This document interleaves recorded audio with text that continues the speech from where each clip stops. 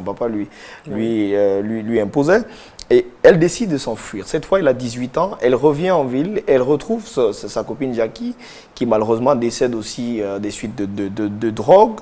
Et elle tombe justement sur ce monsieur de 54 ans qui décide de la mener en Europe. Mais avant, Jackie lui avait appris les 10 commandements de la rue.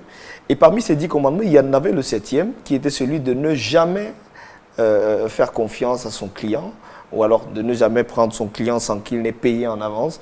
Et du coup, elle se jette dans les bras de cet Alain de 54 ans qui lui promet un avenir meilleur, qui l'amène en Europe. Et arrivée en Europe, elle se rend compte effectivement que tout bascule finalement. Et puis, d'amante, de brave amante, j'ai envie de dire, elle devient une proxénète et une vulgaire prostituée dans le bar d'Alain. Oui. D'ailleurs, pour elle, c'est un choc parce qu'elle qui avait toujours travaillé, parce que la prostitution, elle a fait un choix. C'est un choix qu'elle a fait de devenir prostituée.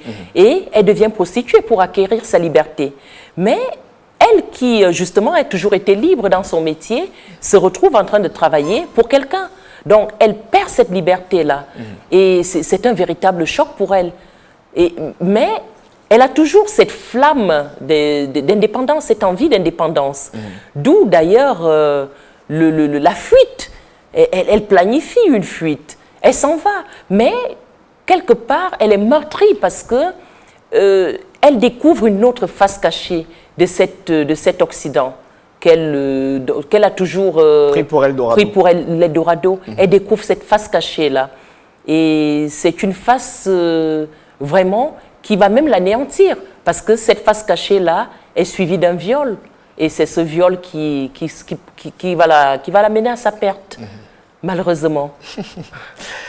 Alors, Christelle Dongo, je vous propose de marquer une petite pause, le temps pour nous de suivre ce reportage qui a été réalisé dans le cadre de notre clin d'œil de la semaine. On se retrouve juste derrière. À tout de suite.